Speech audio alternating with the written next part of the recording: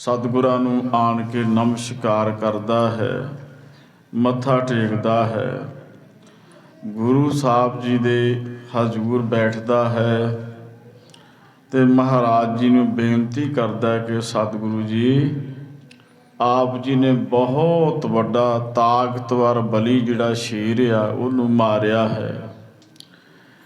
ਫਿਰ ਉਹਦੇ ਕੋਲੋਂ ਆਪ ਜੀ ਨੇ ਇਹ ਵੀ ਉਹਦੇ ਕੋਲੋਂ ਸਰਵਣ ਕਰਵਾਇਆ ਕਿਵੇਂ ਉਹ ਕਾਸਮ ਬੇਗ ਸੀ ਗੋਇੰਦਵਾਲ ਸਾਹਿਬ ਗੁਰੂ ਅਮਰਦਾਸ ਸਾਹਿਬ ਜੀ ਦੇ ਨਾਲ ਪੁੱਜਦਾ। ਜੇ ਘਿਰਣਾ ਕਰਦਾ ਤੇ ਫਿਰ ਵੇਖੋ ਸ਼ੇਰ ਦੀ ਜੂਨ ਵਿੱਚ ਪੈ ਕੇ ਕਿਵੇਂ ਆਵਾਗੁਣ ਜੂਨੀ ਵਿੱਚ ਸੀ। ਉਹਦਾ ਮਹਾਰਾਜ ਤੁਸੀਂ ਕਲਿਆਣ ਕੀਤਾ ਹੈ। ਬਾਕੀ ਸਿੱਖ ਸੰਗਤਾਂ ਨੂੰ ਪਤਾ ਲੱਗਦਾ ਹੈ ਕਿ ਸਤਿਗੁਰਾਂ ਨੇ ਇੰਨਾ ਵੱਡਾ ਖੂੰਖਾਰ ਸ਼ੇਰ ਮਾਰਿਆ ਤੇ ਉਹ ਵੀ ਸੰਗਤ ਗੁਰੂ ਸਾਹਿਬ ਜੀ ਦੇ ਦਰਸ਼ਨ ਕਰਨ ਵਾਸਤੇ ਆਉਂਦੀ ਹੈ।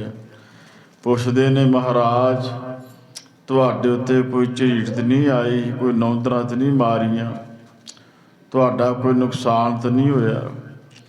ਤੋ ਇਸ ਢੰਗ ਦੇ ਨਾਲ ਕਾਫੀ ਸੰਗਤ ਸਤਿਗੁਰਾਂ ਦੇ ਦਰਸ਼ਨ ਕਰਨ ਵਾਸਤੇ ਆਉਂਦੀ ਹੈ। ਇੱਕ ਘੜੀ ਮਹਾਰਾਜ ਜੀ ਦੇ ਹਜ਼ੂਰ ਬਾਦਸ਼ਾਹ ਬੈਠਦਾ ਹੈ, ਫਿਰ ਆਗਿਆ ਲੈ ਕੇ ਚਲੇ ਜਾਂਦਾ ਹੈ। ਫਿਰ ਉਹ ਆਪਣੇ ਕਰਮਚਾਰੀ ਵਜ਼ੀਰ ਖਾਨ ਨੂੰ ਭੇਜਦਾ ਹੈ। ਉਹ ਮਹਾਰਾਜ ਜੀ ਨੂੰ ਬੇਨਤੀ ਕਰਦਾ ਹੈ ਕਿ ਬਾਦਸ਼ਾਹ ਆਗਰੇ ਜਾਣਾ ਚਾਹੁੰਦਾ ਹੈ, ਤੁਹਾਨੂੰ ਨਾਲ ਲੈ ਕੇ ਜਾਣਾ ਚਾਹੁੰਦਾ ਹੈ। ਮਹਾਰਾਜ ਸੱਚੇ ਪਾਤਸ਼ਾਹ ਜੀ ਇਸੇ ਤਰ੍ਹਾਂ ਤਿਆਰੀ ਕਰਦੇ ਨੇ, ਨਾਲ ਜਾਂਦੇ ਨੇ, ਰਸਤੇ ਵਿੱਚ ਸ਼ਿਕਾਰ ਖੇਡਦੇ ਆ। ਕਦੇ ਕਦੇ ਬਾਦਸ਼ਾਹ ਮਹਾਰਾਜ ਜੀ ਨੂੰ ਮਿਲਦਾ ਹੈ। ਇਸੇ ਤਰ੍ਹਾਂ ਰਸਤੇ ਦਾ ਪੈਂਡਾ ਤੈਅ ਕਰਦਿਆਂ ਆਗਰਾ ਵਿਖੇ ਚੰਗੀ ਥਾਂ ਸਫਾਈ ਵਾਲੀ ਵੇਖੀ। ਉਸ ਥਾਂ 'ਤੇ ਮਹਾਰਾਜ ਸੱਚੇ ਪਾਤਸ਼ਾਹ ਜੀ ਪੜਾਅ ਕਰਨ ਵਾਸਤੇ ਹੁਕਮ ਕਰਦੇ ਆ।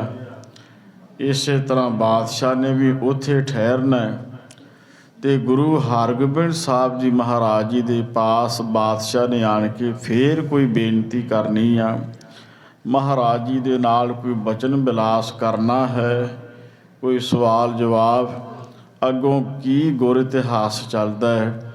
ਇਸ ਲੜੀਵਾਰ ਗੁਰ ਇਤਿਹਾਸ ਨਾਲ ਜੁੜਦਿਆਂ ਸਾਰੀ ਸੰਗਤ ਮੁਖ ਨੂੰ ਕਰੋ ਪਵਿੱਤਰ ਤੇ ਉਚਾਰਨ ਕਰੋ ਜੀ ਸਤਿਨਾਮ ਸ੍ਰੀ ਵਾਹਿਗੁਰੂ ਸਾਹਿਬ ਜੀ। ਫੇਰ ਆਖੋ ਜੀ ਸਤਿਨਾਮ ਸ੍ਰੀ ਵਾਹਿਗੁਰੂ ਸਾਹਿਬ ਜੀ। ਇੱਕ ਦਿਨ ਕਿਸ ਕੇ ਮੁਖ ਤੇ ਸੁਣਿਓ। ਇੱਕ ਦਿਨ ਬਾਦਸ਼ਾਹ ਜਹਾਂਗੀਰ ਨੇ ਆਪਣੇ ਕਿਸੇ ਅਹਿਲਕਾਰ, ਉਹਦਾ ਕੋਈ ਸਰਕਾਰੀ ਕਰਮਚਾਰੀ ਆ, ਉਹਦੇ ਮੁਖ ਦੇ ਵਿੱਚੋਂ ਇਹ ਸਤਿਗੁਰੂ ਧੰਨ ਗੁਰੂ ਹਰਗੋਬਿੰਦ ਸਾਹਿਬ ਜੀ ਮਹਾਰਾਜ ਜੀ ਦੀ ਬਾਬਤ ਕੁਝ ਸਰਵਣ ਕੀਤਾ ਹੈ। ਗੁਰ ਕਾ ਸੱਚ ਪਾਤਸ਼ਾਹ ਸੋ ਭਣਿਓ। ਦੱਸਣ ਵਾਲੀ ਨੇ ਦੱਸਿਆ ਕਿ ਬਾਦਸ਼ਾਹ ਜਿਹੜੇ ਧੰਨ ਸ੍ਰੀ ਗੁਰੂ ਹਰਗੋਬਿੰਦ ਸਾਹਿਬ ਜੀ ਮਹਾਰਾਜ ਜੀ ਹੈ, ਉਹਨਾਂ ਨੂੰ ਸਿੱਖ ਸੰਗਤਾਂ ਸੱਚਾ ਪਾਤਸ਼ਾਹ ਕਹਿੰਦੀਆਂ ਨੇ। ਕਿਸੇ ਕਰਮਚਾਰੀ ਨੇ, ਕਿਸੇ ਸਲਾਹਕਾਰ ਨੇ ਬਾਦਸ਼ਾਹ ਜਹਾਂਗੀਰ ਨੂੰ ਦੱਸਿਆ ਕਿ ਧੰਨ ਸ੍ਰੀ ਗੁਰੂ ਹਰਗੋਬਿੰਦ ਸਾਹਿਬ ਜੀ ਮਹਾਰਾਜ, ਉਹਨਾਂ ਨੂੰ ਸਿੱਖ ਸੰਗਤਾਂ ਸੱਚਾ ਪਾਤਸ਼ਾਹ ਕਹਿ ਕੇ ਬੁਲਾਉਂਦੀਆਂ ਹਨ, ਸੱਚਾ ਪਾਤਸ਼ਾਹ ਕਹਿ ਕੇ ਯਾਦ ਕਰਦੀਆਂ ਹਨ। ਜਹਾਂਗੀਰ ਔਰ ਸੰਸ਼ੈ ਭਇਓ। ਬਾਦਸ਼ਾਹ ਨੇ ਜਦੋਂ ਇਹ ਗੱਲ ਸੁਣੀ ਤੇ ਸੰਸ਼ੇ ਵਿੱਚ ਪੈ ਗਿਆ, ਕਿਸੇ ਭਰਮ ਦੇ ਵਿੱਚ ਪੈ ਗਿਆ, ਕਿਉਂਕਿ ਇਹ ਸਪਸ਼ਟ ਬਚਨ ਆ, ਜੇ ਸੱਚਾ ਪਾਤਸ਼ਾਹ ਧੰਨ ਗੁਰੂ ਹਰਗੋਬਿੰਦ ਸਾਹਿਬ ਜੀ ਮਹਾਰਾਜ ਆ, ਇਹਦਾ ਮਤਲਬ ਦਿੱਲੀ ਦਾ ਬਾਦਸ਼ਾਹ ਝੂਠਾ ਹੈ। ਤੋ ਇਹ ਆਪਣੇ ਮਨ ਵਿੱਚ ਵਿਚਾਰ ਕਰਦਾ ਤੇ ਸੰਸਾ ਪੈਦਾ ਕਰਦਾ, ਇਹਦੇ ਮਨ ਵਿੱਚ ਭਰਮ ਚੱਲਦਾ ਹੈ ਕਿ ਸਤਿਗੁਰੂ ਗੁਰੂ ਹਰਗੋਬਿੰਦ ਸਾਹਿਬ ਜੀ ਨੂੰ ਸਿੱਖ ਸੰਗਤਾਂ ਸੱਚਾ ਪਾਤਸ਼ਾਹ ਕਹਿ ਕੇ ਬੁਲਾਉਂਦੀਆਂ ਨੇ, ਤੇ ਉਹਦੇ ਮਨ ਵਿੱਚ ਕੋਈ ਭਰਮ ਪੈਦਾ ਹੁੰਦਾ ਹੈ। ਮੁਝ ਤੈ ਭੀ ਊਚ ਪਦ ਥਿਓ। ਇਹ ਤਾਂ ਮੇਰੇ ਨਾਲੋਂ ਵੀ ਉੱਚੀ ਪਦਵੀ ਹੋ ਗਈ, ਕਿਉਂਕਿ ਰਾਜਨੀਤਿਕ ਬੰਦਾ ਹੈ, ਕਦੇ ਵੀ ਉਹ ਇਹ ਗੱਲ ਬਰਦਾਸ਼ਤ ਨਹੀਂ ਕਰਦਾ। ਤੋ ਬਾਦਸ਼ਾਹ ਜਹਾਂਗੀਰ ਦੇ ਮਨ ਵਿੱਚ ਇਹ ਭਰਮ ਪੈਦਾ ਹੋਇਆ ਕਿ ਜੇ ਸਿੱਖ ਸੰਗਤਾਂ ਗੁਰੂ ਹਰਗੋਬਿੰਦ ਸਾਹਿਬ ਜੀ ਨੂੰ ਸੱਚਾ ਪਾਤਸ਼ਾਹ ਕਹਿੰਦੀਆਂ ਨੇ, ਵੀ ਇਹ ਤਾਂ ਮੇਰੇ ਨਾਲੋਂ ਵੀ ਉੱਚਾ ਸਥਾਨ ਹੋ ਗਿਆ। ਲੋਕ ਮੈਨੂੰ ਬਾਦਸ਼ਾਹ ਕਹਿੰਦੇ ਨੇ, ਗੁਰੂ ਹਰਗੋਬਿੰਦ ਸਾਹਿਬ ਜੀ ਨੂੰ ਸੱਚਾ ਪਾਤਸ਼ਾਹ, ਇਹ ਤਾਂ ਮੇਰੇ ਨਾਲੋਂ ਵੀ ਇਹਨਾਂ ਦਾ ਉੱਚਾ ਸਥਾਨ, ਉੱਚੀ ਪਦਵੀ ਬਣ ਗਈ ਹੈ। ਰਾਇਆ ਗਿਣਤ ਚਿਤ ਮਹਿ ਅਧਕਾਇਓ। ਆਪਦੇ ਮਨ ਵਿੱਚ ਇਹ ਗਿਣਤੀਆਂ ਕਰੀ ਜਾਂਦਾ ਹੈ।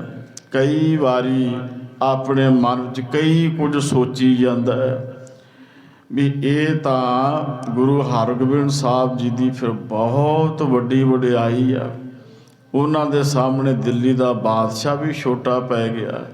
ਕਈ ਵਿਚਾਰਾਂ ਇਹਦੇ ਮਨ ਵਿੱਚ ਪੈਦਾ ਹੁੰਦੀਆਂ ਹਨ। ਇਹ ਕਿਮ ਨਾਮ ਆਪਣਾ ਤਰਵਾਇਓ। ਇਹ ਕਿਹੋ ਜਿਹਾ ਨਾਮ ਆ ਜਿਹੜਾ ਸਤਿਗੁਰੂ ਨੇ ਆਪਣਾ ਨਾਮ ਇਹੋ ਜਿਹਾ ਸੰਗਤਾਂ ਦੇ ਕੋਲੋਂ ਸੁਣਦੇ ਆ। ਇਹ ਕਿਸ ਢੰਗ ਦੇ ਨਾਲ ਸਤਿਗੁਰਾਂ ਦਾ ਨਾਮ ਪ੍ਰਚਲਿਤ ਹੋਇਆ। ਬਾਦਸ਼ਾਹ ਆਪਣੇ ਮਨ ਵਿੱਚ ਇਹ ਵਿਚਾਰਾਂ ਕਰਦਾ ਹੈ, ਸਾਚਾ ਪਾਤਸ਼ਾਹ ਨਰ ਕਹੈ। ਜਿੰਨੇ ਵੀ ਮਨੁੱਖ ਮਾਈ ਭਾਈ ਮਹਾਰਾਜ ਜੀ ਦੇ ਪਾਸ ਆਉਂਦੇ ਆ, ਸਾਰੇ ਗੁਰੂ ਹਰਗੋਬਿੰਦ ਸਾਹਿਬ ਜੀ ਮਹਾਰਾਜ ਜੀ ਨੂੰ ਸੱਚਾ ਪਾਤਸ਼ਾਹ ਕਹਿੰਦੇ ਨੇ। ਮਨ ਵਿੱਚ ਇਹ ਸੋਚੀ ਜਾਂਦਾ ਹੈ ਕਿ ਜਿੰਨੇ ਵੀ ਨਰ, ਜਿੰਨੇ ਵੀ ਪ੍ਰੇਮੀ ਆਉਂਦੇ ਆ, ਸਾਰੇ ਗੁਰੂ ਹਰਗੋਬਿੰਦ ਸਾਹਿਬ ਜੀ ਮਹਾਰਾਜ ਜੀ ਨੂੰ ਸੱਚਾ ਪਾਤਸ਼ਾਹ ਕਹਿੰਦੇ ਹਨ। ਇਤੀ ਜਠਾਈ ਕਿਉ ਕਰ ਲਹੈ। ਇੰਨੀ ਵੱਡੀ ਵਡਿਆਈ ਧੰਨ ਸ੍ਰੀ ਗੁਰੂ ਹਰਗੋਬਿੰਦ ਸਾਹਿਬ ਜੀ ਮਹਾਰਾਜ ਜੀ ਦੀ ਹਰੇਕ ਮਾਈ ਭਾਈ ਇੰਨੀ ਵਡਿਆਈ ਕਰਦਾ ਹੈ। ਗੁਰੂ ਹਰਗੋਬਿੰਦ ਸਾਹਿਬ ਜੀ ਦੀ ਏਕ ਦਿਵਸ ਪੁਨ ਚੜੇ ਸ਼ਿਕਾਰ। ਇੱਕ ਦਿਨ ਫਿਰ ਸਤਿਗੁਰੂ ਮਹਾਰਾਜ ਜੀ ਦੇ ਨਾਲ ਇਹ ਸ਼ਿਕਾਰ ਵਾਸਤੇ ਚੱਲ ਪੈਂਦਾ ਹੈ। ਧੰਨ ਗੁਰੂ ਹਰਗੋਬਿੰਦ ਸਾਹਿਬ ਜੀ ਜਿੱਥੇ ਸ਼ਿਕਾਰ ਵਾਸਤੇ ਜਾਂਦੇ ਨੇ, ਨਾਲ ਹੀ ਇਹ ਬਾਦਸ਼ਾਹ ਵੀ ਗੁਰੂ ਮਹਾਰਾਜ ਜੀ ਦੇ ਸ਼ਿਕਾਰ ਵਾਸਤੇ ਜਾਂਦਾ ਹੈ। ਭਇਓ ਮੇਲ ਬੋਲਿਓ ਹਿਤ ਧਾਰ। ਸਤਿਗੁਰੂ ਮਹਾਰਾਜ ਜੀ ਦੇ ਨਾਲ ਇਹਦਾ ਮਿਲਾਪ ਹੁੰਦਾ ਹੈ ਤੇ ਪਾਤਸ਼ਾਹ ਜੀ ਨੂੰ ਬੜੇ ਪਿਆਰ ਦੇ ਨਾਲ ਇਹ ਕੋਈ ਬੇਨਤੀ ਕਰਦਾ ਹੈ। ਸੁਣਿਆ ਜਗਤ ਕਮੈ ਨਾਮ ਤੁਹਾਰਾ। ਕਹਿਣ ਲੱਗਾ ਬਾਦਸ਼ਾਹ ਕਿ ਧੰਨ ਸ੍ਰੀ ਗੁਰੂ ਹਰਗੋਬਿੰਦ ਸਾਹਿਬ ਜੀ ਮਹਾਰਾਜ, ਇਹ ਜਿਹੜਾ ਸੰਸਾਰ ਹੈ, ਇਹ ਜਿਹੜਾ ਜਗਤ ਹੈ, ਇਹਦੇ ਵਿੱਚ ਜਿਹੜਾ ਤੁਹਾਡਾ ਨਾਮ ਹੈ, ਕਹੈ ਸਾਚਾ ਪਾਤਸ਼ਾਹ ਉਦਾਰਾ। ਤੇ ਸਾਰੇ ਤੁਹਾਨੂੰ ਸੱਚਾ ਪਾਤਸ਼ਾਹ ਕਹਿ ਕੇ ਬੁਲਾਉਂਦੇ ਹਨ। ਜਿੰਨੇ ਵੀ ਤੁਹਾਡੇ ਕੋਲ ਸਿੱਖ ਸੰਗਤਾਂ ਆਉਂਦੀਆਂ ਨੇ, ਸਾਰੇ ਮਾਈ ਭਾਈ ਤੁਹਾਨੂੰ ਸੱਚਾ ਪਾਤਸ਼ਾਹ ਕਹਿੰਦੀਆਂ ਹਨ। ਗੁਰੂ ਨਾਮ ਤੁਮਕੋ ਬਣ ਆਵੈ। ਤੁਹਾਨੂੰ ਤੇ ਚਾਹੀਦਾ ਵੀ ਕੇਵਲ ਗੁਰੂ ਹੀ ਅਖਵਾਉਣਾ ਚਾਹੀਦਾ। ਜਿਵੇਂ ਪਹਿਲੇ ਗੁਰੂ ਸਾਹਿਬਾਨਾਂ ਦੇ ਨਾਲ ਗੁਰੂ ਹੀ ਸ਼ਬਦ ਜੁੜਦਾ ਹੈ। ਸੱਚਾ ਪਾਤਸ਼ਾਹ ਕਿਉਂ? ਇਹ ਬਾਦਸ਼ਾਹ ਗੁਰੂ ਹਰਗੋਬਿੰਦ ਸਾਹਿਬ ਜੀ ਦੇ ਨਾਲ ਇਸ ਢੰਗ ਦੇ ਨਾਲ ਸਵਾਲ ਕਰਦਾ ਹੈ। ਕਹੈ ਸਾਚਾ ਜਥਾ ਪ੍ਰਥਮ ਹੀ ਬਿਦ ਕਹਾਵੈ। ਸਤਿਗੁਰੂ ਸੱਚੇ ਪਾਤਸ਼ਾਹ ਮਹਾਰਾਜ ਜੀ ਦੇ ਹਜ਼ੂਰ ਜਦੋਂ ਆਣ ਕੇ ਇਹਨੇ ਇਹ ਸਵਾਲ ਕੀਤਾ ਹੈ ਤੇ ਇਹ ਨਾਲ ਇਹਨੇ ਗੱਲ ਕੀਤੀ ਹੈ ਵੀ ਜਿਵੇਂ ਪਹਿਲੇ ਗੁਰੂ ਸਾਹਿਬਾਨ ਇਸੇ ਬਿਧ ਦੇ ਨਾਲ, ਇਸੇ ਢੰਗ ਦੇ ਨਾਲ ਉਹਨਾਂ ਦੇ ਨਾਲ ਕੇਵਲ ਗੁਰੂ ਸ਼ਬਦ ਹੀ ਜੁੜਿਆ ਰਿਹਾ ਹੈ। ਸੁਣ ਬੋਲੇ ਸ੍ਰੀ ਹਰਗੋਬਿੰਦ।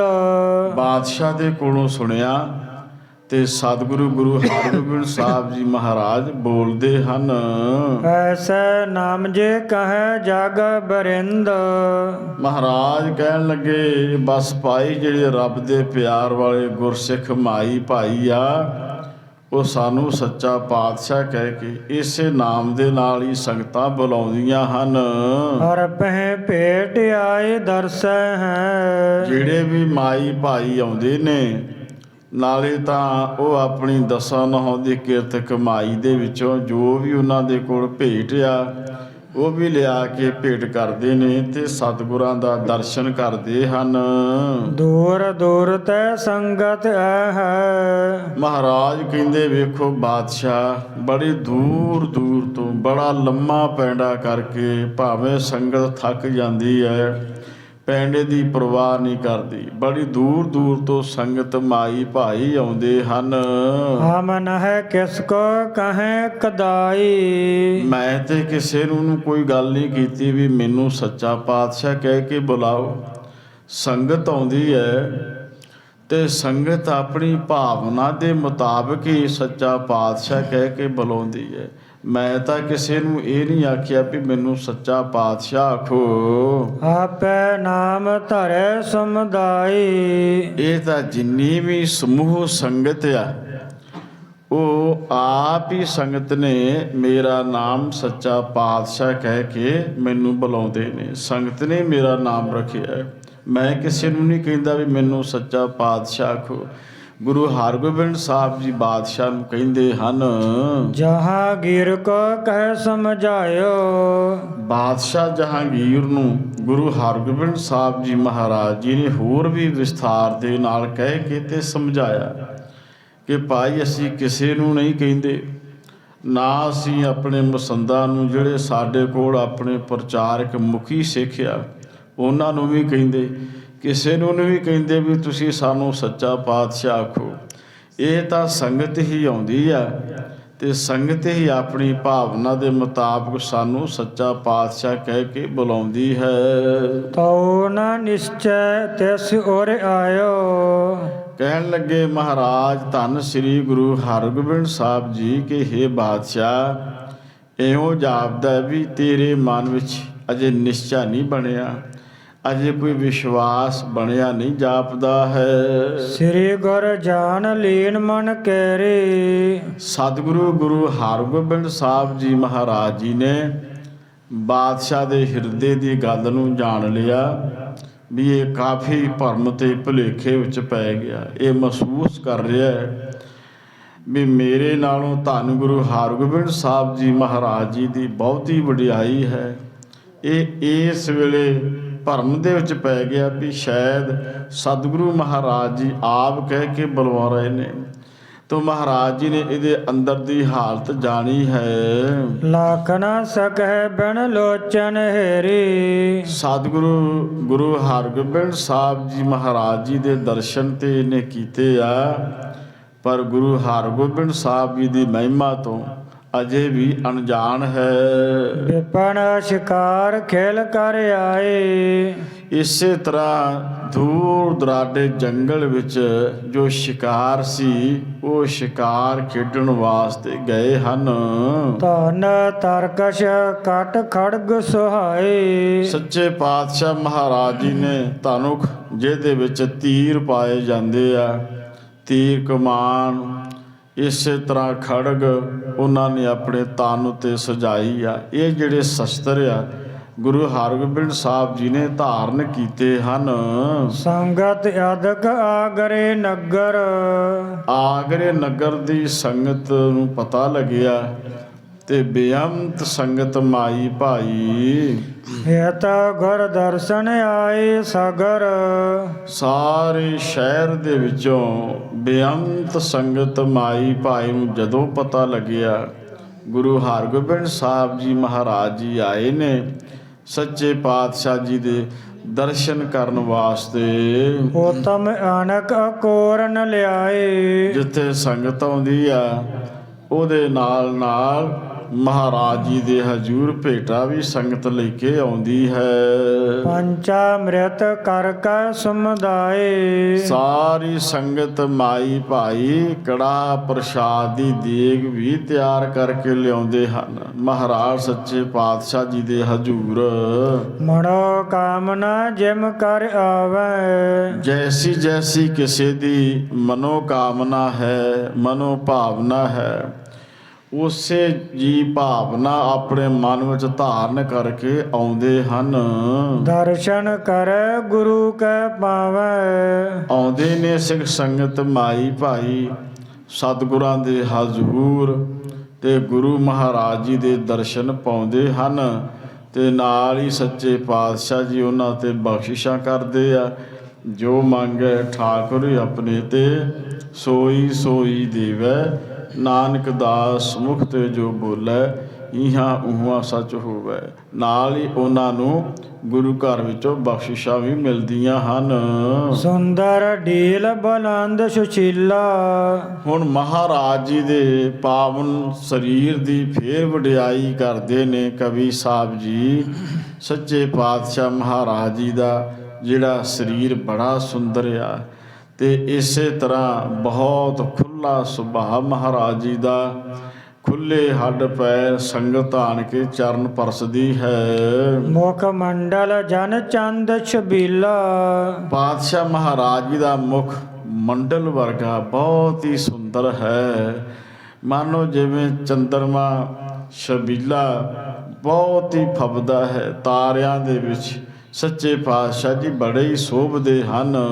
ਪੂਜਾ ਪ੍ਰਲੰਬਤ ਅਜਤ ਛਾਤੀ ਮਹਾਰਾਜ ਜੀ ਦੀਆਂ ਬਾਹਾਂ ਬਹੁਤ ਲੰਬੀਆਂ ਹਨ ਤੇ ਜਿਹੜੀ ਉਹਨਾਂ ਦੀ ਛਾਤੀ ਹੈ ਬਹੁਤ ਹੀ ਚੌੜੀ ਹੈ। ਦਿਪਦ ਦਸਨ ਜਨ ਹੀਰਨ ਪਾਂਤੇ ਜਾਲ ਬਾਬਰੀਆ ਇੱਕ ਨੀਚ ਜਾਤ ਦੇ ਜਾਲ ਦੇ ਨਾਲ ਸ਼ਿਕਾਰ ਫੜਦੇ ਹਨ ਔਰ ਇਸੇ ਤਰ੍ਹਾਂ ਹਰਨ ਫੜਨ ਦਾ ਜਾਲ ਆ ਜਿਸ ਨੂੰ ਬਾਬਰੀਆ ਵੀ ਕਿਹਾ ਜਾਂਦਾ ਹੈ।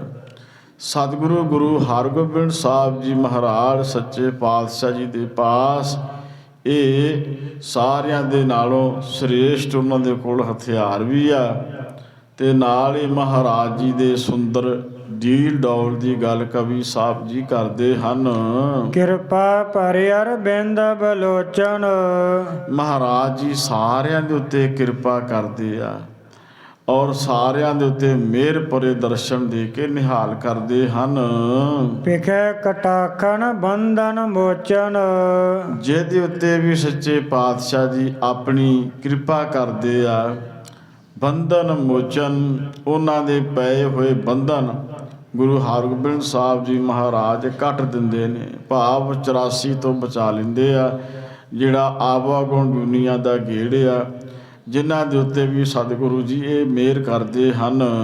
ਇਤਿਆਦਕ ਸੁੰਦਰਤਾ ਸਾਰੀ ਕਵੀ ਸਾਹਿਬ ਜੀ ਕਹਿੰਦੇ ਨੇ ਵੀ ਇਸ ਤੋਂ ਇਲਾਵਾ ਹੋਰ ਵੀ ਜਿਹੜੀ ਦੁਨੀਆ ਦੀ ਸੁੰਦਰਤਾ ਹੈ ਉਹ ਮਾਨੋ ਮਹਾਰਾਜ ਸੱਚੇ ਪਾਤਸ਼ਾਹ ਜੀ ਦੇ ਉੱਪਰ ਬਹੁਤ ਜ਼ਿਆਦਾ ਹੈ। ਮਹਾਰਾਜ ਕੇ ਲੱਛਣ ਭਾਰੇ ਧੰਨ ਸ੍ਰੀ ਗੁਰੂ ਹਰਗੋਬਿੰਦ ਸਾਹਿਬ ਜੀ ਮਹਾਰਾਜ ਸੁੰਦਰਤਾ ਦੇ ਪੱਖ ਤੋਂ ਬੇਮਿਸਾਲ ਆ, ਬਹੁਤ ਵੱਡੇ ਭਾਰੀ ਲੱਛਣਾਂ ਦੇ ਮਾਲਕ ਆ ਗੁਰੂ ਹਰਗੋਬਿੰਦ ਸਾਹਿਬ ਜੀ। ਕਰ ਦਰਸ਼ਨ ਸੰਗਤ ਹਰ ਖਾਵੈ ਸੰਗਤ ਆਉਂਦੀ ਆ ਗੁਰੂ ਹਰਗੋਬਿੰਦ ਸਾਹਿਬ ਜੀ ਮਹਾਰਾਜ ਜੀ ਦੇ ਦਰਸ਼ਨ ਕਰਕੇ ਬੜੀ ਪ੍ਰਸੰਨ ਹੁੰਦੀ ਹੈ, ਬਹੁਤ ਖੁਸ਼ ਹੁੰਦੀ ਆ। ਆਗਰੇ ਦੀ ਬੇਅੰਤ ਸੰਗਤ ਮਾਈ ਭਾਈ ਗੁਰੂ ਹਰਗੋਬਿੰਦ ਸਾਹਿਬ ਜੀ ਦੇ ਦਰਸ਼ਨ ਕਰਦੀ ਹੈ।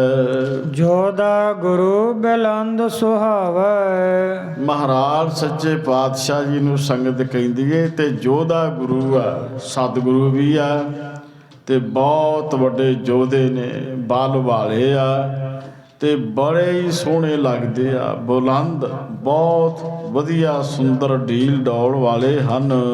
ਇਹ ਘਾਲੇਂਗੇ ਕਬ ਕਮਸਨ ਫੇਰ ਗੁਰੂ ਕੇ ਸਿੱਖ ਮਾਈ ਭਾਈ ਬਚਨ ਕਰਦੇ ਰਿਹਾ ਕਿ ਇਸੇ ਤਰ੍ਹਾਂ ਜਦੋਂ ਕਿਤੇ ਜੰਗ ਲੱਗੇਗੀ ਤੇ ਕਮਸਾਨ ਦੀ ਲੜਾਈ ਲੜਨਗੇ। ਗੁਰੂ ਹਰਗੋਬਿੰਦ ਸਾਹਿਬ ਜੀ ਮਹਾਰਾਜ ਜੀ ਦਾ ਸਰੀਰ ਇੰਨਾ ਤਾਕਤਵਰ ਆ ਗੁਰੂ ਕੇ ਸਿੱਖ ਮਾਈ ਭਾਈ ਆਪਸ ਵਿੱਚ ਇਹ ਬਚਨ ਵੀ ਕਰਦੇ ਆ, ਬਹੁਤ ਵੱਡੀ ਘਮਸਾਨ ਦੀ ਜੰਗ ਲੜਨਗੇ। ਮਹਾਬੀਰ ਕਰਹਿ ਰਿਪਹਨਾ, ਵੱਡੇ ਵੱਡੇ ਜਿਹੜੇ ਮਹਾਬੀਰ, ਵੱਡੇ ਬਲ ਵਾਲੇ ਜਿਹੜੇ ਤਾਕਤਵਰ ਯੋਧੇ ਆ, ਉਹਨਾਂ ਦੇ ਨਾਲੋਂ ਵੀ ਗੁਰੂ ਹਰਗੋਬਿੰਦ ਸਾਹਿਬ ਜੀ ਮਹਾਰਾਜ ਕਿਤੇ ਜ਼ਿਆਦਾ ਤਾਕਤਵਰ ਆ। ਵੱਡੇ ਵੱਡੇ ਬਲੀਆਂ ਨੂੰ ਵੀ ਮਹਾਰਾਜ ਹਾਨੀ ਪਹੁੰਚਾਉਣਗੇ। ਭਾਵ ਸਤਿਗੁਰਾਂ ਦੇ ਸਾਹਮਣੇ ਵੱਡੇ ਵੱਡੇ ਪਹਿਲਵਾਨ ਤੇ ਯੋਧੇ ਢਹਿ ਜਾਣਗੇ। ਇਤਿਆਦਕ ਜਸ ਕੋ ਵਿਸਤਾਰੈ, ਸੰਗਤ ਗੁਰੂ ਹਰਗੋਬਿੰਦ ਸਾਹਿਬ ਜੀ ਦੇ ਦਰਸ਼ਨ ਕਰਦੀ ਹੈ ਤੇ ਨਾਲ ਨਾਲ ਜਿਹੜੇ ਗੁਰਸਿੱਖ ਮਾਈ ਭਾਈ ਆ, ਮਹਾਰਾਜ ਜੀ ਦੇ ਦਰਸ਼ਨ ਕਰਕੇ ਸੰਗਤ ਆਪਸ ਵਿੱਚ ਇਹ ਬਚਨ ਕਰਦੀ ਹੈ ਤੇ ਗੁਰੂ ਹਰਗੋਬਿੰਦ ਸਾਹਿਬ ਜੀ ਮਹਾਰਾਜ ਜੀ ਦਾ ਜਸ ਗਾਉਂਦੇ ਹਨ। ਬਾਰ ਬਾਰ ਗੁਰੂ ਰੂਪ ਨਿਹਾਰੈ, ਗੁਰੂ ਦੇ ਰੂਪ ਨੂੰ ਜਿਸ ਜਿਸ ਮਾਈ ਭਾਈ ਨੇ ਤੱਕਿਆ ਹੈ, ਮਹਾਰਾਜ ਜੀ ਦਾ ਦਰਸ਼ਨ ਕੀਤਾ ਹੈ, ਬਾਰ ਬਾਰ ਗੁਰੂ ਸਾਹਿਬ ਜੀ ਦੇ ਦਰਸ਼ਨ ਅੱਖਾਂ ਦੇ ਸਾਹਮਣੇ ਲਿਆਉਂਦੇ ਆ। ਮਹਾਰਾਜ ਜੀ ਦੀ ਵਡਿਆਈ ਕਰਦੇ ਆ, ਉਹਨਾਂ ਦੇ ਗੁਣਾਂ ਦੀ, ਫਿਰ ਉਹਨਾਂ ਦੇ ਸਤਨ ਦੀ, ਵੀ ਇੰਨਾ ਵੱਡਾ ਅਕਾਲ ਪੁਰਖ ਪਰਮਾਤਮਾ ਨੇ ਸਰੀਰ ਬਖਸ਼ਿਸ਼ ਕੀਤਾ। ਹੁਣ ਤੇ ਵੱਡੇ ਵੱਡੇ ਯੋਧੇ ਵੀ ਗੁਰੂ ਹਰਗੋਬਿੰਦ ਸਾਹਿਬ ਜੀ ਮਹਾਰਾਜ ਜੀ ਦੇ ਸਾਹਮਣੇ ਬਹੁਤ ਛੋਟੇ ਆ। ਇਹ ਵੱਡੇ ਮਹਾਬਲੀ ਮਹਾਨ ਸੂਰਮੇ ਆ। ਤੋ ਇਹ ਵਚਨ ਬਿਲਾਸ ਗੁਰੂ ਕੇ ਸਿੱਖ ਮਾਈ ਭਾਈ ਕਰਦੇ ਹਨ। ਕੁਸ਼ਲ ਪ੍ਰਸਨ ਗੁਰ ਸਭ ਸੋ ਕਰੈ, ਸਤਿਗੁਰੂ ਗੁਰੂ ਹਰਗੋਬਿੰਦ ਸਾਹਿਬ ਜੀ ਮਹਾਰਾਜ ਜੀ ਦੇ ਪਾਸ ਬੇਅੰਤ ਸੰਗਤ ਆਉਂਦੀ ਹੈ, ਮਹਾਰਾਜ ਜੀ ਦੇ ਚਰਨ ਪਰਸਦੀ ਆ ਤੇ ਗੁਰੂ ਸਾਹਿਬ ਜੀ ਵੀ ਸਾਰਿਆਂ ਨੂੰ ਸੁਖ ਸ਼ਾਂਤ ਪੁੱਛਦੇ ਆ। ਮਹਾਰਾਜ ਸਾਰਿਆਂ ਦੇ ਨਾਲ ਹੀ ਬਚਨ ਬਿਲਾਸ ਕਰਦੇ ਹਨ। ਕਿਰਪਾ ਦ੍ਰਿਸ਼ਟ ਦਾਸਨ ਪਰ ਧਰੈ, ਜਿਹੜੇ ਵੀ ਸਤਿਗੁਰਾਂ ਦੇ ਦਾਸ ਬਣ ਕੇ ਆਉਂਦੇ ਆ ਧੰਨ ਗੁਰੂ ਹਰਗੋਬਿੰਦ ਸਾਹਿਬ ਜੀ ਮਹਾਰਾਜ ਜੀ ਦੇ ਹਜ਼ੂਰ, ਉਹਨਾਂ ਉੱਤੇ ਮਹਾਰਾਜ ਜੀ ਆਪਣੀ ਮਿਹਰ ਦੀ ਕਿਰਪਾ ਕਰਦੇ ਆ। ਕਿਰਪਾ ਕਟਾਖ ਅਵਲੋਕਨ ਕੀਨੋ, ਦਾਸ ਕਾ ਦੁਖ ਵਿਦਾਰਿਓ, ਜਿਸਕੇ ਸਿਰ ਉਪਰ ਤੂੰ ਸੁਆਮੀ, ਸੋ ਦੁੱਖ ਕੈਸਾ ਭਾਵੈ। ਤੋ ਇਸ ਢੰਗ ਦੇ ਨਾਲ ਗੁਰੂ ਹਰਗੋਬਿੰਦ ਸਾਹਿਬ ਜੀ ਮਹਾਰਾਜ ਆਪਣੇ ਪਿਆਰਿਆਂ ਤੇ ਦਾਸਾਂ ਦੇ ਉੱਤੇ ਮਿਹਰ ਦੀ ਦ੍ਰਿਸ਼ਟੀ ਕਰਦੇ ਹਨ। ਨਿਕਟ ਨਿਕਟ ਕੈ ਪੁਰ ਅਰ ਗ੍ਰਾਮੋ, ਜਿਹੜਾ ਨੇੜੇ ਨੇੜੇ ਮੁਹੱਲੇ ਆ ਜਾਂ ਜਿਵੇਂ ਉਹਨਾਂ ਸਮਿਆਂ 'ਚ ਪਿੰਡ ਵਸਦੇ ਸਨ, ਦਿੱਲੀ ਦੇ ਆਸ-ਪਾਸ ਦੇ ਜਿਹੜੇ ਕੋਈ ਨਗਰ ਆ, ਪਿੰਡਾਂ ਦੇ ਰਹਿਣ ਵਾਲੇ ਲੋਕ, ਉਹ ਵੀ ਸਾਰੇ ਮਹਾਰਾਜ ਜੀ ਦੇ ਪਾਸ ਆਉਂਦੇ ਹਨ। ਆਵੇ ਸੁਨਤ ਸੋ ਜਸ ਅਬਰਾਮੋ, ਜਿਵੇਂ ਜਿਵੇਂ ਸਿੱਖ ਸੰਗਤਾਂ ਨੇ ਗੁਰੂ ਹਰਗੋਬਿੰਦ ਸਾਹਿਬ ਜੀ ਦਾ ਆਉਣਾ ਸੁਣਿਆ, ਆਗਰੇ ਦੇ ਵਿੱਚ ਮਹਾਰਾਜ ਸੱਚੇ ਪਾਤਸ਼ਾਹ ਜੀ ਪਹੁੰਚੇ ਆ ਤੇ ਉਹਦੇ ਆਸ-ਪਾਸ ਦੇ ਜਿਹੜੇ ਪਿੰਡਾਂ ਦੇ ਲੋਕ ਮਾਈ ਭਾਈ ਆ, ਉਹ ਵੀ ਮਹਾਰਾਜ ਜੀ ਦਾ ਜਸ ਸੁਣ ਕੇ ਆਉਂਦੇ ਹਨ। ਸਿੱਖ ਸੈਂਕਰ ਬਣਹਿ ਨਵੀਨ, ਨਵੇਂ ਸਿੱਖ ਵੀ ਕਾਫੀ ਬਣੇ ਉਸ ਇਲਾਕੇ ਵਿੱਚ, ਆਗਰੇ ਦੇ ਇਲਾਕੇ ਵਿੱਚ, ਜਿਹੜੇ ਗੁਰੂ ਹਰਗੋਬਿੰਦ ਸਾਹਿਬ ਜੀ ਮਹਾਰਾਜ ਜੀ ਦੇ ਜਿਨ੍ਹਾਂ ਨੇ ਦਰਸ਼ਨ ਕੀਤੇ, ਜਿਨ੍ਹਾਂ ਨੇ ਸਤਿਗੁਰਾਂ ਦੇ ਪ੍ਰਸੰਗ, ਉਹਨਾਂ ਦੀ ਸੰਗਤ ਮਾਣੀ, ਕਾਫੀ ਸਿੱਖ ਸੰਗਤ ਆ ਜਿਹੜੇ ਨਵੀਨ ਸਿੱਖ ਗੁਰੂ ਹਰਗੋਬਿੰਦ ਸਾਹਿਬ ਜੀ ਦੇ ਬਣੇ ਹਨ। ਲੋਕ ਪਰਲੋਕ ਸ਼੍ਰਹਿ ਕਾ ਚੀਨ, ਤੇ ਉਹਨਾਂ ਨੂੰ ਮਹਾਰਾਜ ਜੀ ਨੇ ਇਹੋ ਜਿਹੀ ਕਿਰਪਾ ਕੀਤੀ, ਲੋਕ ਬਾਰੇ ਤੇ ਪਰਲੋਕ ਵਾਸਤੇ ਸੋਝੀ ਬਖਸ਼ਿਸ਼ ਕੀਤੀ ਆ। ਸਤਿਗੁਰਾਂ ਦੀ ਸੰਗਤ ਮਾਨ ਕੇ ਸ੍ਰੇਸ਼ਟ ਸਿੱਖ ਇਹ ਬਣ ਗਏ ਹਨ। ਦਿਨ ਪ੍ਰਤ ਰਹਿਤ ਅਦਕੀ ਮੇਲੇ, ਮਾਨੋ ਜਿਵੇਂ ਬਹੁਤ ਵੱਡਾ ਮੇਲਾ ਲੱਗਦਾ ਹੈ, ਜਿਵੇਂ ਅੱਜ ਵੀ ਆਪਣੇ ਦਰਬਾਰ ਸਾਹਿਬ ਤਰਨਤਾਰਨ ਮੱਸਿਆ ਦਾ ਬਹੁਤ ਵੱਡਾ ਜੋੜ ਮੇਲਾ ਲੱਗਦਾ ਹੈ। ਇਸ ਤੋਂ ਇਲਾਵਾ ਹੋਰ ਵੱਡੇ ਜੋੜ ਮੇਲੇ ਜਿੱਥੇ ਬੇਅੰਤ ਸੰਗਤਾਂ ਆਉਂਦੀਆਂ ਨੇ।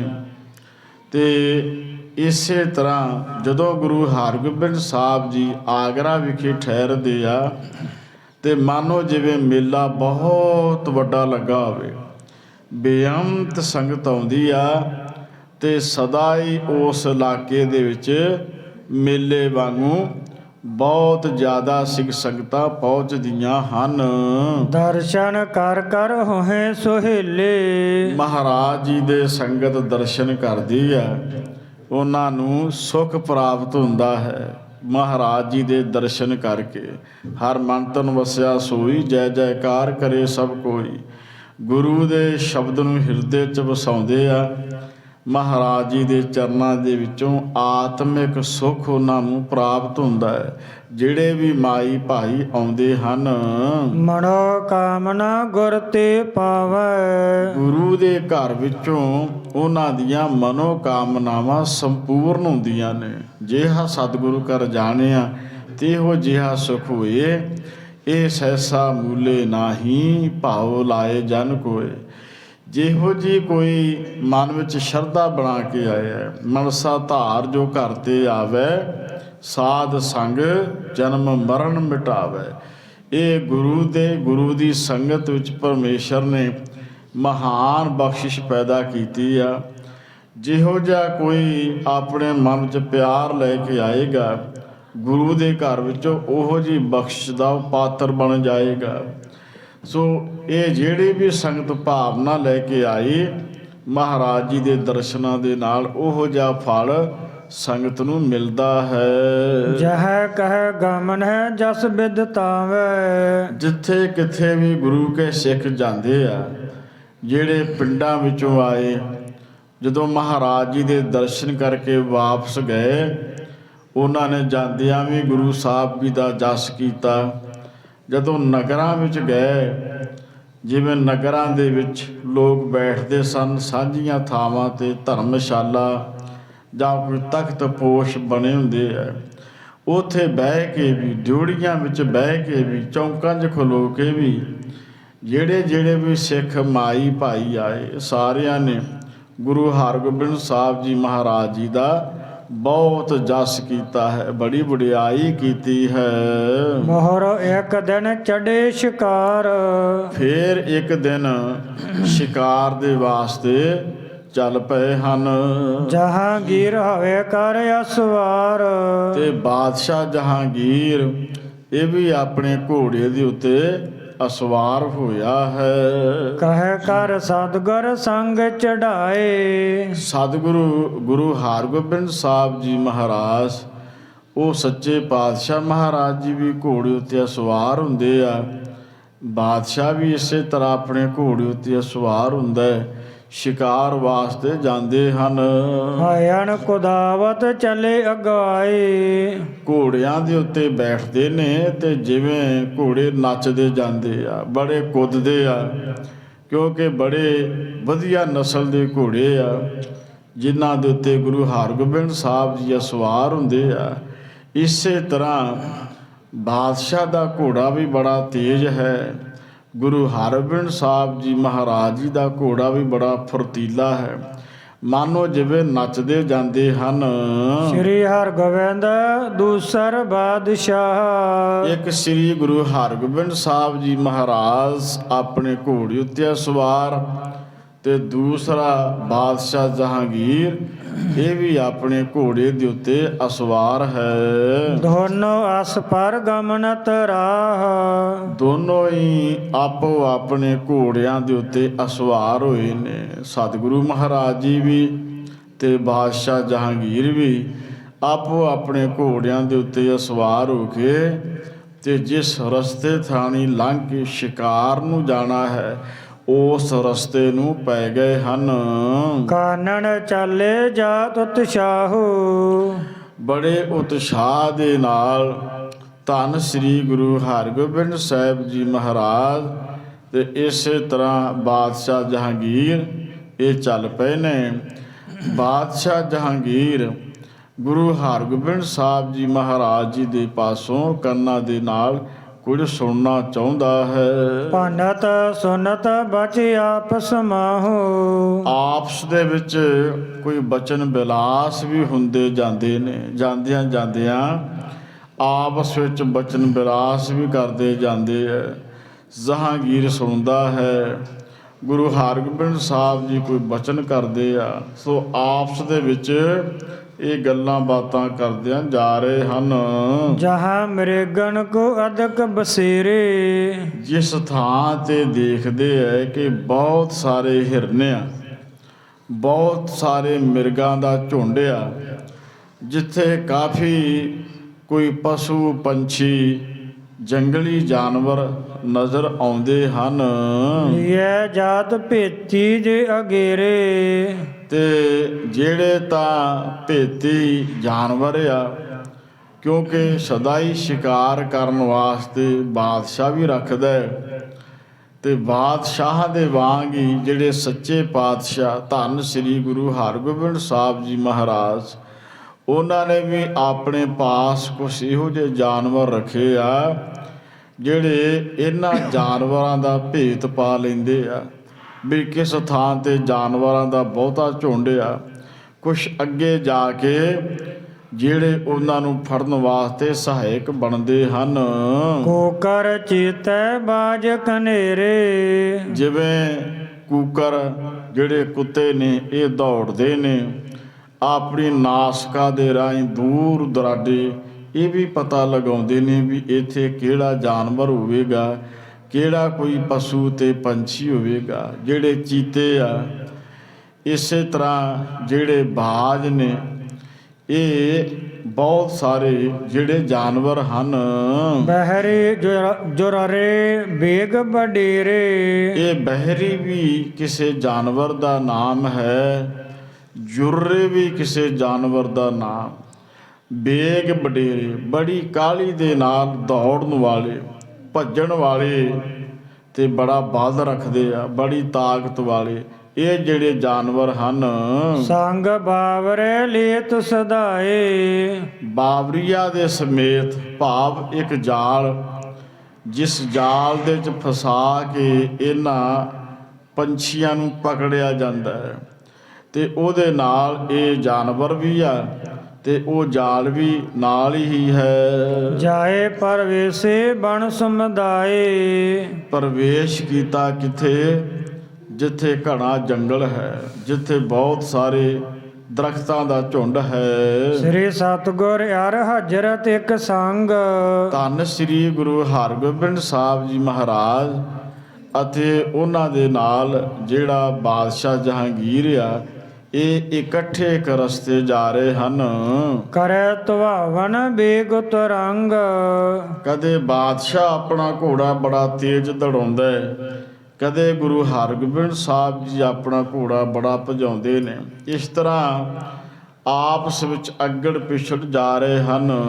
ਬਣ ਕੇ ਜੀਵ ਘੇਰ ਕਰ ਮਾਰੇ। ਜਿਹੜੇ ਜੰਗਲਾਂ ਦੇ ਝੁੰਡ ਵਿੱਚ ਜਾਨਵਰ ਨੇ, ਉਹਨਾਂ ਨੂੰ ਘੇਰ ਘੇਰ ਕੇ ਮਾਰਿਆ ਜਾ ਰਿਹਾ ਹੈ। ਨਿਕਸੇ ਅਗਰ ਨਾ ਜੀਅਤ ਸੁਧਾਰੇ। ਤਾਂ ਜਿਹੜੇ ਕੁਝ ਜਾਨਵਰ ਅੱਗੇ ਨਿਕਲਦੇ ਆ, ਉਹਨਾਂ ਨੂੰ ਫੇਰ ਕਾਬੂ ਕਰਨ ਵਾਸਤੇ ਯਤਨ ਕੀਤਾ ਜਾਂਦਾ ਹੈ।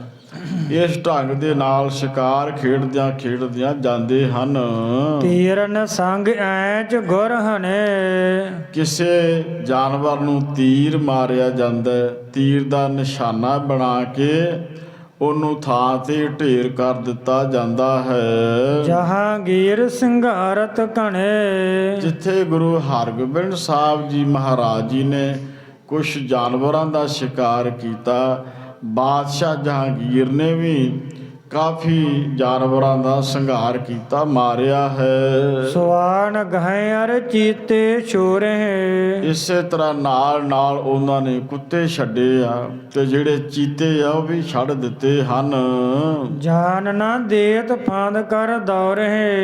ਜਿਹੜੇ ਜੰਗਲੀ ਜਾਨਵਰ ਨੇ, ਉਹਨਾਂ ਨੂੰ ਫਿਰ ਦੌੜ ਨਹੀਂ ਦਿੰਦੇ, ਉਹਨਾਂ ਨੂੰ ਫੜ ਲਿਆ ਜਾਂਦਾ ਹੈ। ਇਸ ਬਿਦ ਕਰ ਅਖੀਰ ਕੋ ਨਾਨਾ ਪ੍ਰਕਾਰ ਦੇ ਜਿਹੜੇ ਸ਼ਿਕਾਰ ਖੇਡਣ ਦੇ ਢੰਗ ਤਰੀਕੇ ਆ, ਧੰਨ ਸ੍ਰੀ ਗੁਰੂ ਹਰਗੋਬਿੰਦ ਸਾਹਿਬ ਜੀ ਮਹਾਰਾਜ ਤੇ ਬਾਦਸ਼ਾਹ ਜਹਾਂਗੀਰ ਵਰਤਦੇ ਹਨ। ਵਿਖੇ ਤਮਾਸ਼ੋ ਕਰਤ ਪਿਆਨਾ। ਇਹ ਸਾਰੇ ਤਮਾਸ਼ੇ ਦੇਖੇ ਜਾਂਦੇ ਐ, ਵੇਖਣ ਵਾਲੇ ਕਰਤਵ ਫਿਰ ਉਸ ਤੋਂ ਬਾਅਦ ਅੱਗੇ ਪਿਆਨਾ ਕਰਦੇ ਹਨ। ਬਾਹਰ ਭਈ ਤੀਸ਼ਨ ਵੱਡ ਕਾਮ। ਹੁਣ ਕਾਫੀ ਗਰਮੀ ਵੱਧ ਗਈ ਹੈ, ਜਦੋਂ ਤਿੱਖੀ ਗਰਮੀ ਬਣ ਚੁੱਕੀ ਹੈ। ਚਾਹਤ ਉਤਰਨ ਹਿਤ ਬਿਸਰਾਮ। ਇਹ ਵਿਚਾਰ ਬਣਾਈ ਹੈ ਬਾਦਸ਼ਾਹ ਨੇ ਕਿ ਹੁਣ ਵਿਸਰਾਮ ਕਰਨਾ ਚਾਹੀਦਾ ਹੈ। ਗਰਮੀ ਵੱਧ ਚੁੱਕੀ ਆ, ਹੁਣ ਸਾਨੂੰ ਘੋੜਿਆਂ ਤੋਂ ਹੇਠਾਂ ਉਤਰ ਜਾਣਾ ਚਾਹੀਦਾ ਹੈ। ਬਣ ਕਾ ਸ਼ੋਰਤ ਹਟੇ ਪਛੇਰੇ। ਜੰਗਲੀ ਰਸਤਾ ਜਿਹੜਾ ਸੀ ਫਿਰ ਉਹ ਛੱਡ ਦਿੱਤਾ ਹੈ। ਉਸ ਰਸਤੇ ਨੂੰ ਛੱਡ ਕੇ ਫਿਰ ਪਿਛਾਂਹ ਨੂੰ ਹਟ ਗਏ, ਭਾਵ ਜਿਹੜਾ ਖੁੱਲਾ ਮੈਦਾਨੀ ਇਲਾਕਾ ਹੈ ਉਸ ਪਾਸੇ ਨੂੰ ਆ ਗਏ ਹਨ। ਹੇਰਤ ਛਾਇਆ ਸਗਣ ਕਨੇਰੇ। ਜਿੱਥੇ ਵੇਖਿਆ ਵੀ ਬੜੀ ਸੰਘਣੀ ਛਾਂ ਹੈ, ਕਾਫੀ ਦਰਖਤਾਂ ਦਾ ਝੁੰਡ ਆ, ਸੰਘਣੀ ਥਾਂ, ਉਸ ਥਾਂ ਤੇ ਦੇਖ ਸਥਾਨ ਰੁਚਰ ਤਰ ਤਰੇ।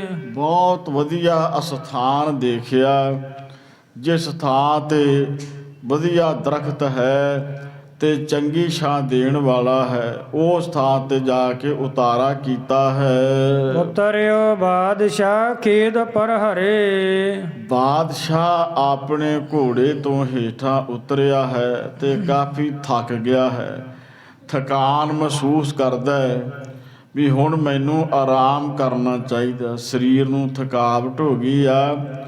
ਤੋ ਇਸ ਢੰਗ ਦੇ ਨਾਲ ਇੱਕ ਵੱਡਾ ਦਰਖਤ ਵੇਖਿਆ ਜਿਹਦੀ ਸੰਘਣੀ ਛਾਂ, ਉਸ ਛਾਂ ਨੂੰ ਮਾਨਣ ਵਾਸਤੇ ਬਾਦਸ਼ਾਹ ਆਰਾਮ ਕਰਨਾ ਚਾਹੁੰਦਾ ਹੈ। ਇਹਦਾ ਸਰੀਰ ਥੱਕ ਜਾਂਦਾ ਹੈ। ਤਿਸ ਤੈ ਕਿਤਕ ਦੂਰ ਗੁਰ ਥਿਰੇ। ਉਹਦੇ ਤੋਂ ਕੁਝ ਹਟਵੇਂ ਥੋੜਾ ਜਿਹਾ ਦੂਰ ਧੰਨ ਸ੍ਰੀ ਗੁਰੂ ਹਰਗੋਬਿੰਦ ਸਾਹਿਬ ਜੀ ਮਹਾਰਾਜ, ਉਹ ਵੀ ਆਪਣੇ ਘੋੜੇ ਤੋਂ ਹੇਠਾਂ ਉਤਰਦੇ ਆ। ਮਹਾਰਾਜ ਸੱਚੇ ਪਾਤਸ਼ਾਹ ਜੀ ਨੇ ਬਾਦਸ਼ਾਹ ਤੋਂ ਥੋੜਾ ਜਿਹਾ ਹਟਵੀਂ ਥਾਂ ਤੇ ਵਿਸ਼ਰਾਮ ਕਰਨ ਦੀ ਵਿਚਾਰ ਬਣਾਈ ਹੈ।